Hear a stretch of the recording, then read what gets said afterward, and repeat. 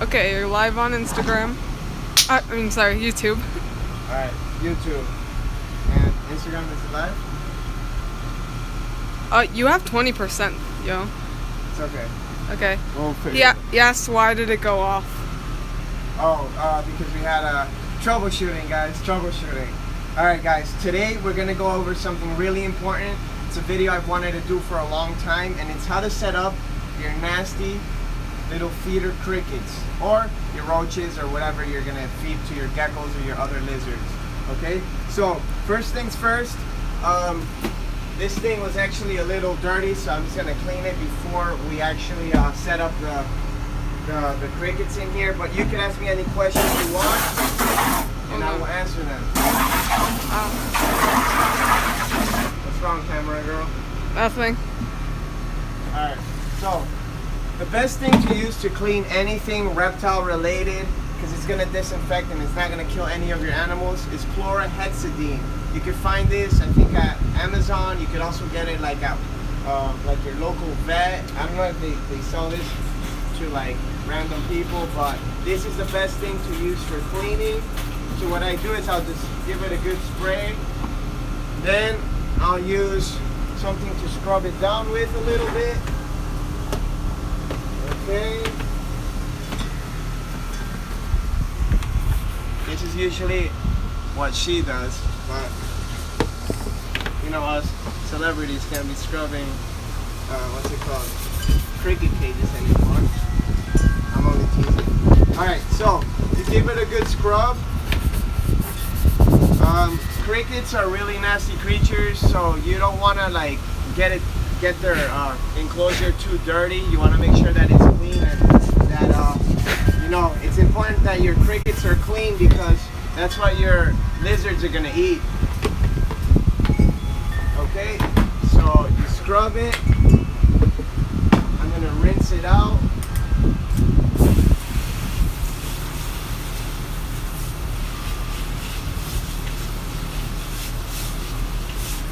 Okay.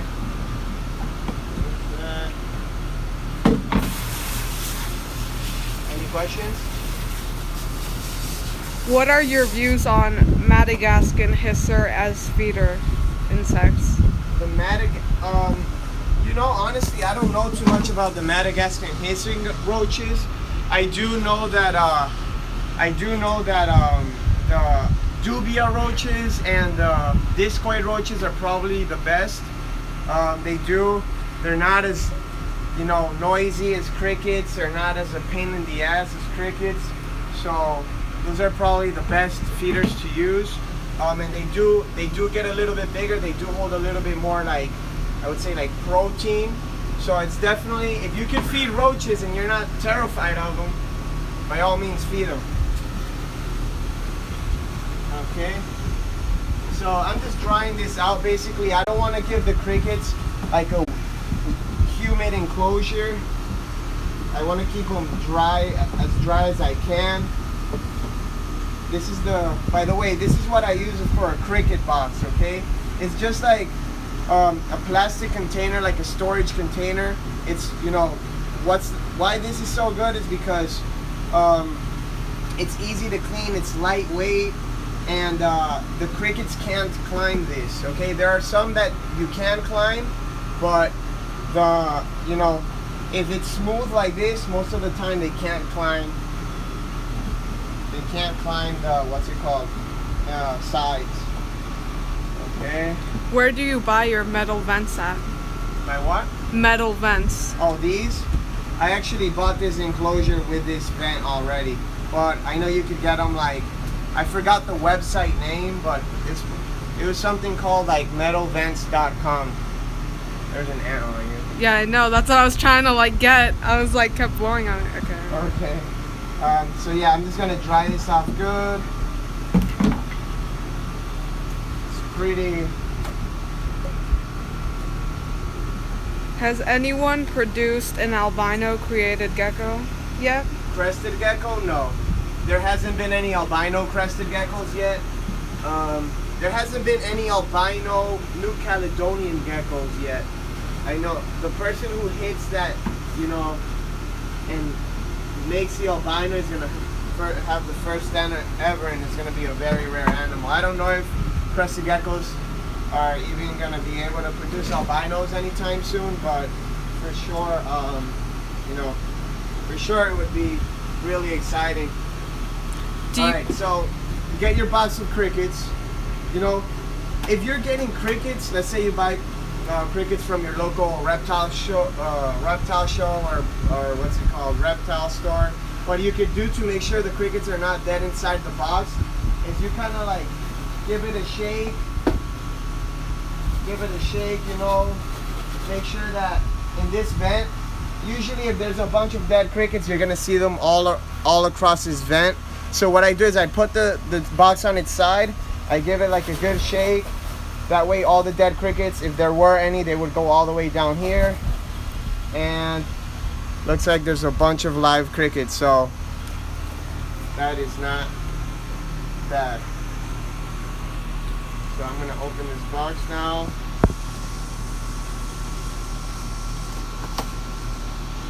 Now, when you're keeping crickets, personally I keep my crickets in South Florida outside in my house because I don't want to keep them inside. They're very stinky animals, and when you have 1,000 crickets just like in one place all together, it's going to start to smell up a little bit. So I keep it outside. Obviously I keep it under the shade. I don't want to, you know, the sun will kill them right away if it gets too hot. You basically want to keep them like around the room temperature. You want to keep like anywhere from like 70s, like 75 to like the 80s or the high 80s, but you want it to be like moderate temperatures. That way they don't die on you. So after, oh, they're sleeping out already. After I'm just gonna do it. We're gonna dump these crickets in this thing, just like that.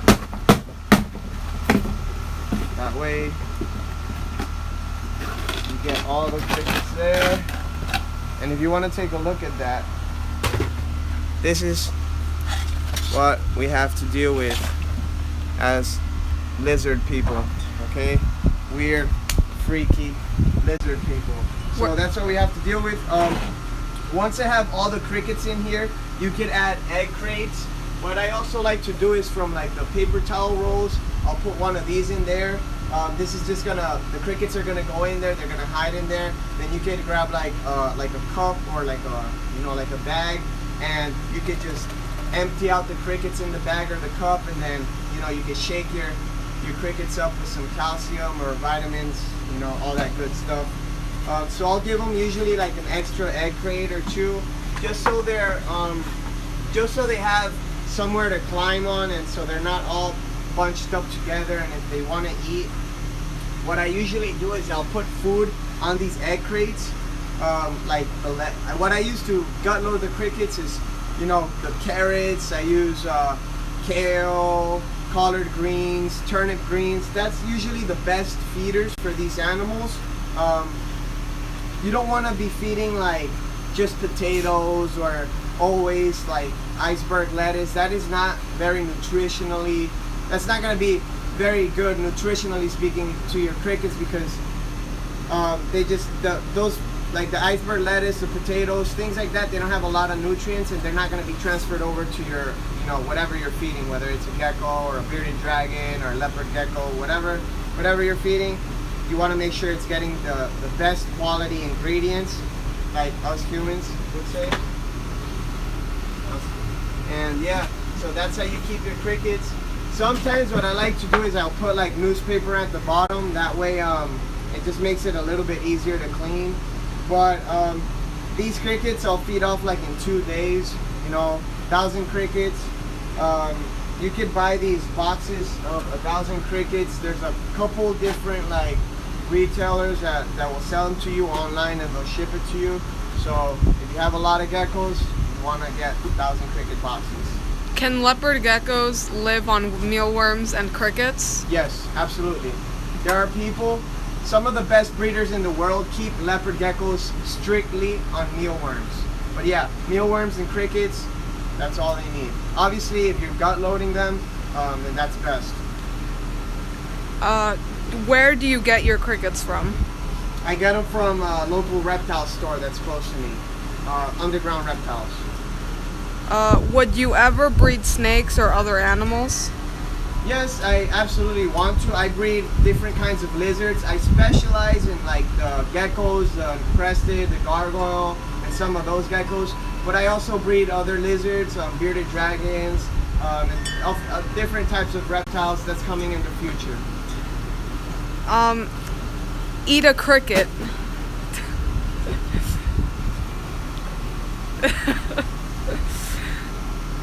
A Habib Hasbun asks, are you going to Brandon's? Yes, bro. I'm going to Brandon's house later. Alright, so this is where I keep all my crickets. If you are breeding crested geckos, or you are breeding for pretty much any species of geckos or lizard, you're gonna need to keep crickets. I know it's like the worst part of feeding your animals. It's the worst part of probably keeping reptiles, but they do need it. A normal crested gecko or a gargoyle gecko, they don't necessarily need crickets to survive, but if you're breeding, they're gonna require a lot more like input. Those females are gonna require a lot more protein and fats, so you're gonna definitely need to be feeding insects. Crickets are a great staple. So are roaches, mealworms.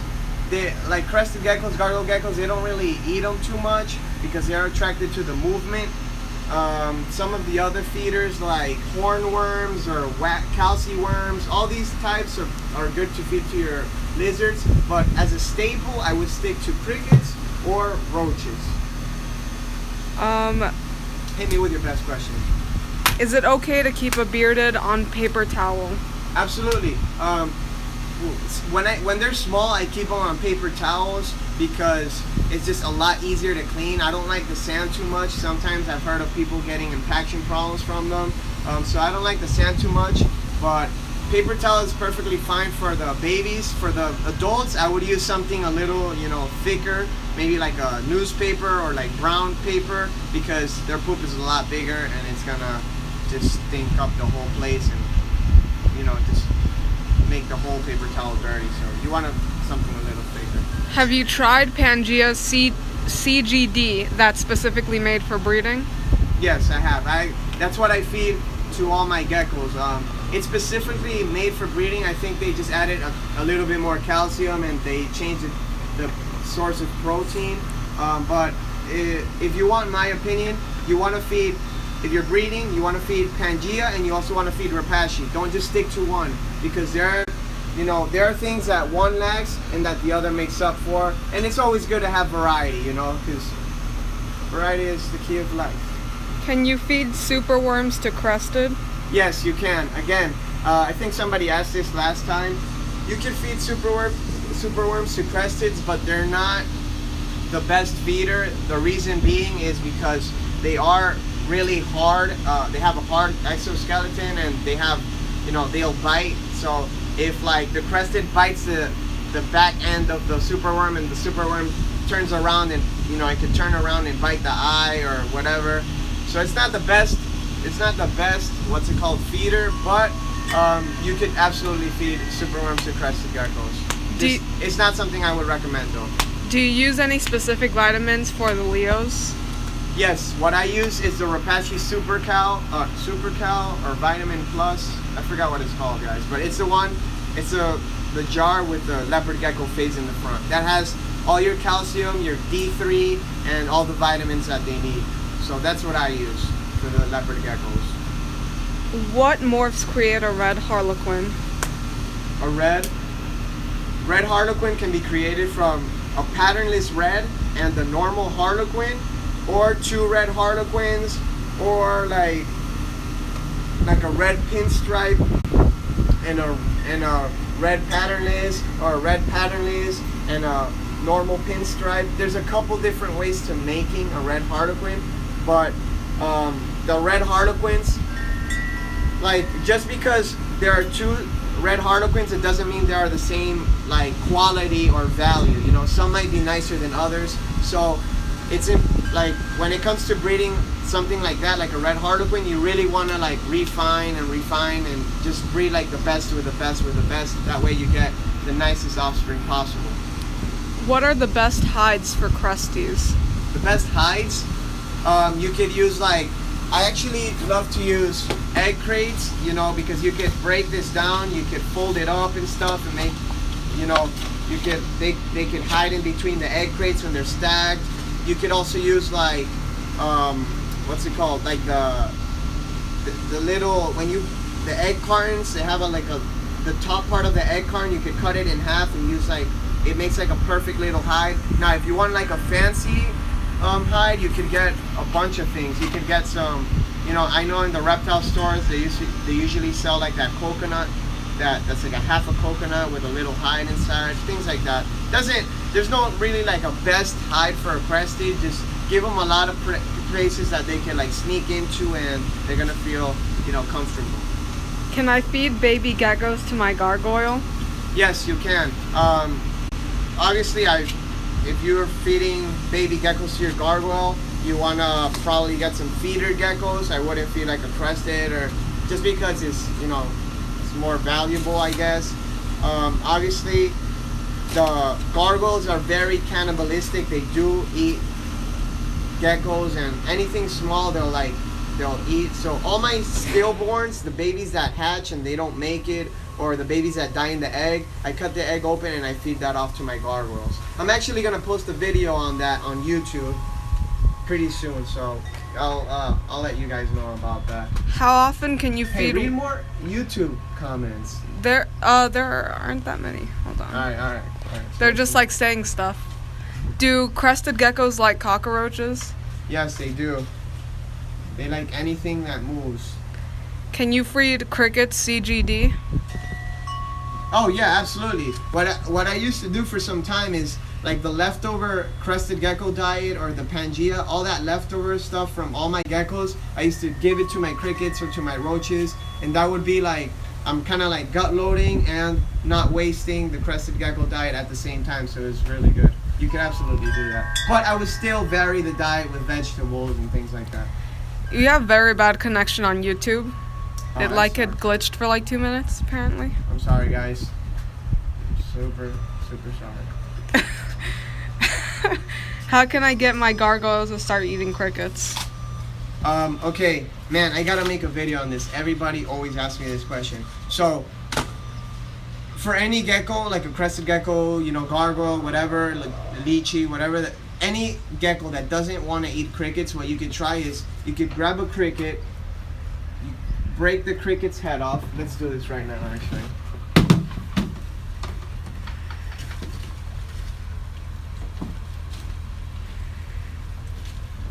Alright, so you grab the tiny little cricket, okay? You grab his head. People are gonna think I'm psychotic. You pull his head off. I'm sorry, guys. Throw that head away. And here is a cricket without a head. And you put this part where the little juice is coming out, you put that close to the mouth of the gecko. This is the mouth of the gecko over here, okay? You go slowly, you put it close to the mouth of the gecko. Maybe you even let the gecko touch that cricket juice. And then you pull away slowly. Usually, boom, they eat the cricket. Sometimes, they don't. But, that's, you know, for some reason, that cricket brain juice makes them want to eat crickets. And it triggers something in them that wants to, that wants to, like, eat that cricket or whatever. But, so that's what you could do. If that's not working, you could try feeding Rapashi grub pie, which has a lot of protein, and it's not a live feeder. It's actually like a powder you mix with boiling water and it makes it like a gel, but it has like all the benefits of, you know, insect feeders. Would you start with a Leachianus Yeah. gecko as a beginner? Sure. If you could pay the price of a Leachianus, absolutely. It's a very easy animal to care for. It's exactly the same as a, you know, crested gecko or a gargoyle gecko with a couple little differences. Obviously, for a Leachianus, you want a bigger cage, maybe a nice water bowl because they are bigger species. Things like that. But if you are interested in a Leachianus, feel free to check out our YouTube video on them. It's called like the King of Geckos, like giant geckos, the king of geckos, something like that. Just YouTube that, and then you could see like all the information on how to keep Rhacodactylus leachianus, the giant gecko. Do you have an opinion on crested gecko x chewy hybrids? Yeah, I have one. My opinion is, if you do it responsibly, if you're not selling them, obviously if that can muddy up the waters later on for some irresponsible owners, but if you're doing it responsibly and you know you're I mean, yeah, if you're just a responsible herpiculturist, then I don't see a problem with it. The problem starts to come in when people start to sell them off and they want to sell them as you know, as crested geckos or pure chahuas, then that becomes a problem. But if you're working with people that you know are legitimate, then I don't see a problem with that. What type of Pangaea is best for my crested? I would feed the Pangaea breeding formula. I would also feed, you could rotate the Pangaea. I would feed Rapashi. What I used to do when I used to have like 1 or 2 geckos is I'll buy a bag of Rapashi, then I'll buy a bag of another flavor and just rotate it like that. That way they get different feels for the food. For Alligator, it commented, loving my gecko from you guys. Thanks so much. Oh, for Alligator, that's the one who won the 30,000 follower contest. Congrats, I'm glad you like your gecko. And funny story is she told me that she actually erased the post because she was like, she thought she wasn't gonna win, and then she's like, all right, you know what, I'm gonna post it back. And I looked, you know, when I was randomly choosing somebody, I happened to go on her post, and if she would have erased it, she wouldn't have gotten that gecko. So yeah, congrats for Alligator. Christina, I hope you like that gecko, and keep me updated. Can I keep different hatchlings from different clutches together? Sure, as long as they're around the same size, you know, and they're not gonna start biting on each other, because usually like the bigger ones will try to eat the smaller ones. So yeah, you could absolutely do that. How old are you? I'm 24. What type of vitamins are good for a Rackin's dragon? What? Rackin's dragon? Rankins? Rankins. What? Well, pretty much for any reptile, like any lizard, the best vitamins are gonna be, again, that Rapashi Calcium Plus, I think that's what it's called. It's really the best because it has the calcium with the vitamin D3. Hold up. It's going live. We lost you. You've got fans all around. Who's the person filming? Alright, YouTube. Wait. YouTube. My phone is about to die, so I'm out of here. If you want to continue watching, I'm going to stick around for like around 10 more minutes. Go over to our Instagram. We'll be answering more questions there. And that's the person filming. That's my sister.